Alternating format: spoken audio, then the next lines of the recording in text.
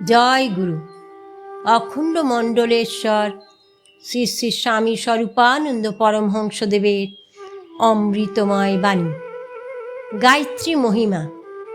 এক পত্রলেখকের পত্রের উত্তরে শ্রী শ্রী বামুনি লিখিলেন, গায়ত্রী মন্ত্রকে জানিবে সর্বজীব উদ্ধারের মন্ত্র।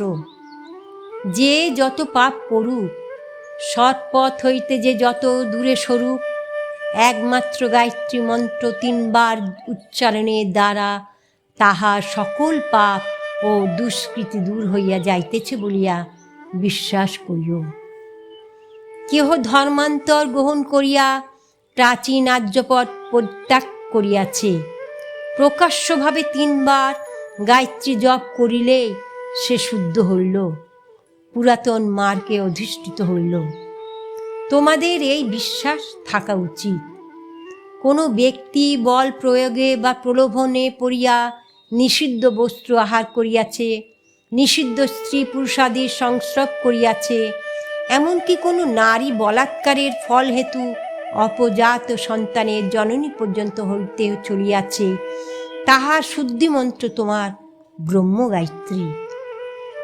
সকল অশুদ্ধকে শুদ্ধ করিবার, সকল অহিন্দুকে হিন্দু করিবার ইহা অমোঘ প্লাবন মন্ত্র। শ্রদ্ধা সহকারে গায়ত্রী উচ্চারণের পরে কাহারও ভেতরে পাতিত্ব আর বিন্দুমাত্র রহিয়াছে এই কথা মনে রাখা তোমাদের উচিত নহে। তাহাতে গায়ত্রী মন্ত্রের অসম্মান করা হয়। গায়ন্তং ত্রায়তে যস্মাৎ, যাহাকে গান করিলে ত্রাণ হয় তাহাই গায়ত্রী। সুতরাং ইহার পরিত্রাণ ক্ষমতাকে অস্বীকার করার মতো মূর্খতা আর কিছুই নাই।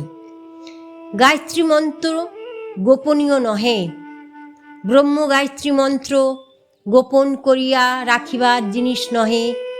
জগতের সকল শ্রেণীর নরনারীকে আধ্যাত্মিক উদ্ধারের পথে টানিয়া আনিবার জন্য ইহার ধ্বনি এবং তত্ত্ব সকলের নিকট উদ্ঘাটিত করিতে হইবে।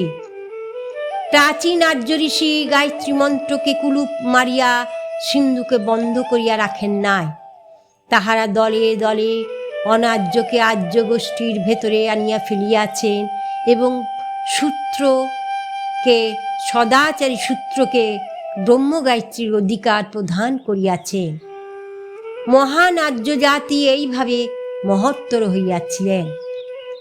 বর্জনের পর বর্জন করিয়া আজ তোমরা দুর্বলতার, স্বার্থপরতার ও সংকীর্ণতার চরম সীমায় আসিয়া উপনীত হইয়াছ।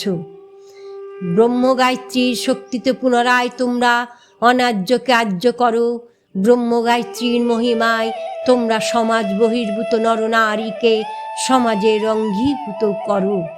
ব্রহ্ম গায়ত্রীর প্রভাবে, পাবন প্রভাবে, সমদর্শী প্রজ্জ্বল প্রভায় তোমরা সকলকে সমতা এবং মমতা দিয়া আপন করো।